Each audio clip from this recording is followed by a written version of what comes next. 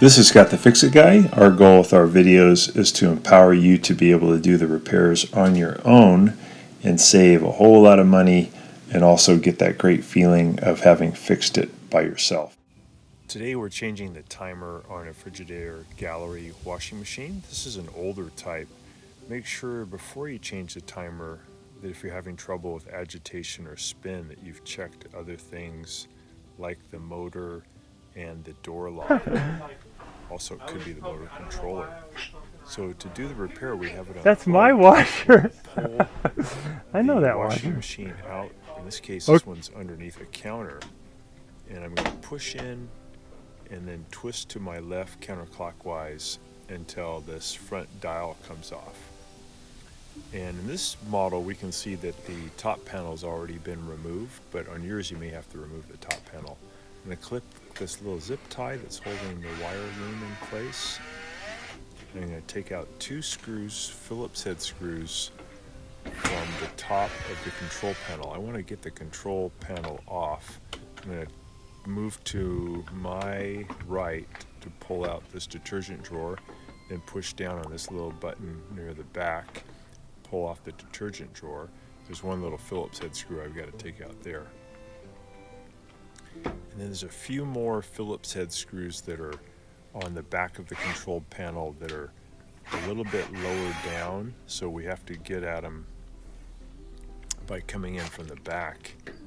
So you can use like an angle tool to get into those screws. Also, you could use a Phillips head screwdriver with a small ratchet. They're just kind of hard to get to because of their position. Could use a really small stubby Phillips head screwdriver too. Here's another one here in the corner. So we have 3. There's one in each lower corner and one in the middle. And once those are all off, you can take the knobs off of the front of the control panel by just grabbing them and pulling them towards you. And then you can take the control panel off.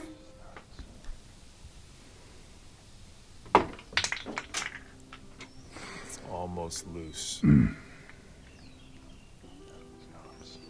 So we just pull that knob off, then there's another one there. You have to kind of wiggle and pull.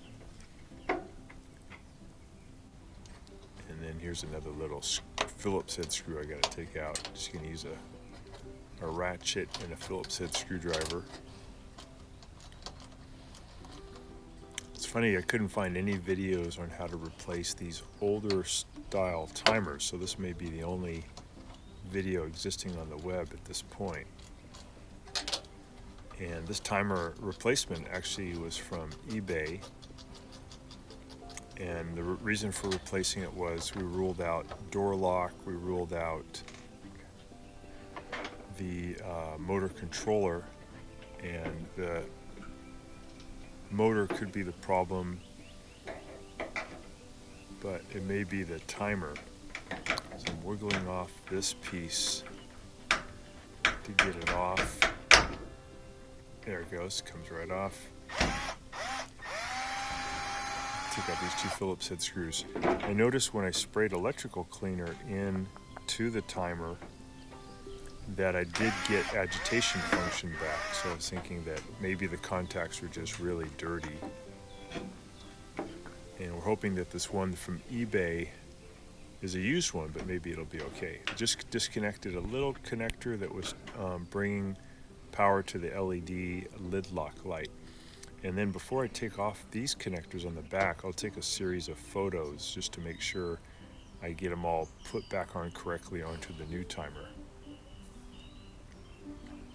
Try different angles just to make sure that you remember where each one goes. Also, when I replace timers, I do like to try to take off one connector and put it on the new timer, and then take off the next connector, put it on the new timer, just one by one, just to make sure I don't get them mixed up. So these come off all at once, and this is a whole bunch of the connectors, comes off like as a block. But then there's some individual ones here too that we have to take off.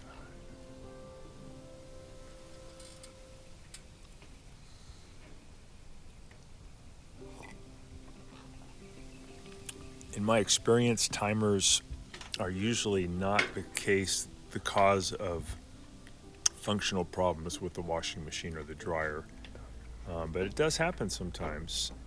It's usually good to try to clean them first, because sometimes that'll do the job. Usually I do that by spraying in some electrical cleaner. You can get it like at Home Depot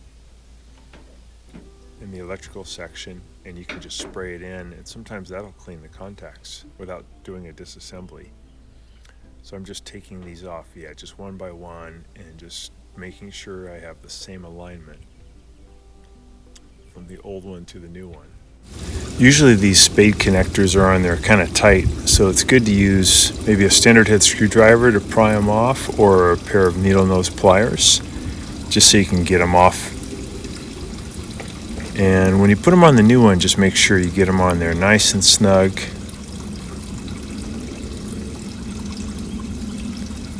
So this timer is really kind of the brains of the operation. It's controlling all aspects. And if you're having a problem with the motor not being active, this may be the problem. You do want to rule out, again, the other things like a bad motor, worn out motor. Some of these Frigidaire gallery models have brushes that you can change on the motor, which is pretty easy to do, and some of the models don't. This older model does not have a type of motor brushes that you can change, but there's a few that do, and that could be why you're not getting any motor action. So since this is kind of an expensive part, it'd probably be better to make sure this is your last option. You've tried all the other parts first.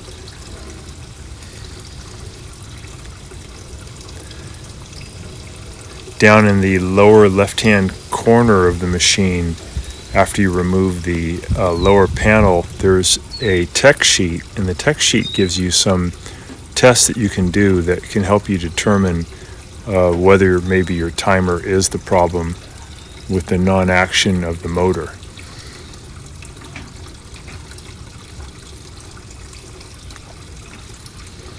These are really good machines. They're really tough, and they're kind of dying out. And we're going to put on this last connector. It's just the big one that goes over all of them. Push that in nice and tight.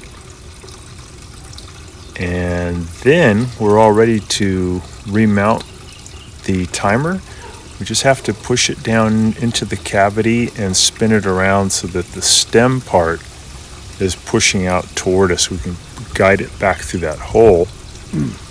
And right now I'm just reconnecting the little modular connector that brings power to the LED light lock. And I'm going to push in that little black part you just saw me push in is the sensor that can sense if the detergent drawer is closed. It's a magnetic reed sensor or reed switch. So a magnet in the dispenser drawer closes a reed contact, and then that allows the lid lock to fire up. And you have a lid lock that isn't working, that could be the problem. The magnet may have fallen out of the dispenser drawer. So I'm just guiding that back through, and then I'll put in those two Phillips head screws. They're really short with machine threads. Get those in there, get them tightened up, and that'll hold the timer in position.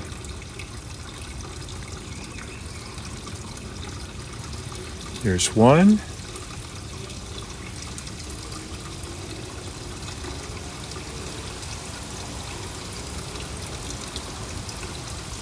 There's the second one.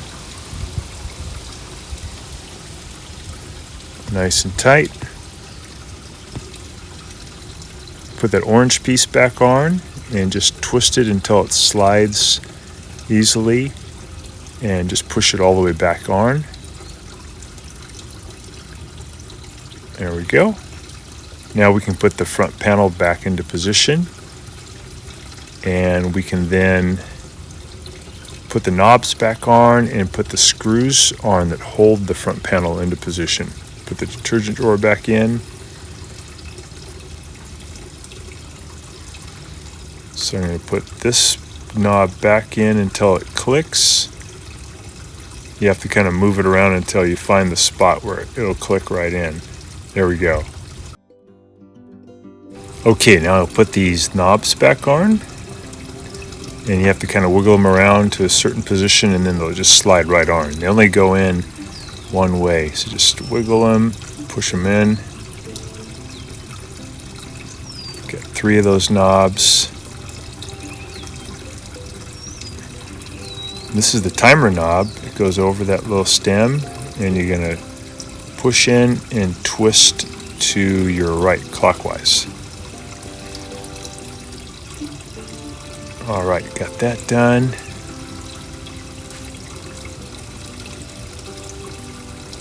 And then we'll go ahead and add those Phillips head screws back in that hold the front panel on. So we have a couple in the upper right and left hand corner, and then 3 on the lower aspect on the corners, and 1 in the middle. So we're tightening up the Phillips head screw there on the corner, top.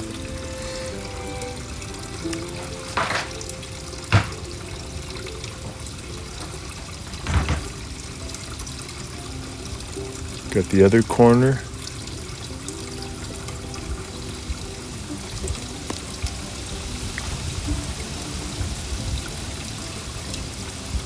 Okay, we've got the ones in the right and left side that are lower. Here's the one in the middle that's in the lower part.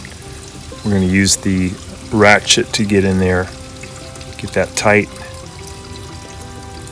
And that pretty much should do it for your timer. You've got all your power connections hooked up. You've got your front panel back on, all the knobs back on, tightening up the screws. And then you can go ahead and plug it in and give it a test, and hopefully you get all of your functions back. Here are a couple close-ups of some of the parts that we worked on today. This is that orange piece that goes in the front of the timer. And here are some of the wiring connections. Some close-ups of the timer. And you can probably find this timer on eBay. It's going to be used, but you can ask the seller if it's coming off of a functional washing machine. A couple more close-ups. So I hope this did the trick for you, or at least help get you on the right path to getting your washing machine going again. Thanks so much for watching our video. We really appreciate your support. And when you get a chance, please press the subscribe button below so you can be subscribed, and also the notification bell so we can send you more videos about appliance repair. Please also give us a thumbs up if you enjoyed the video. If you really liked the video and it really helped you, please press this new applaud button, and you can show your support and also get a nice clapping hands for your video. Thanks again.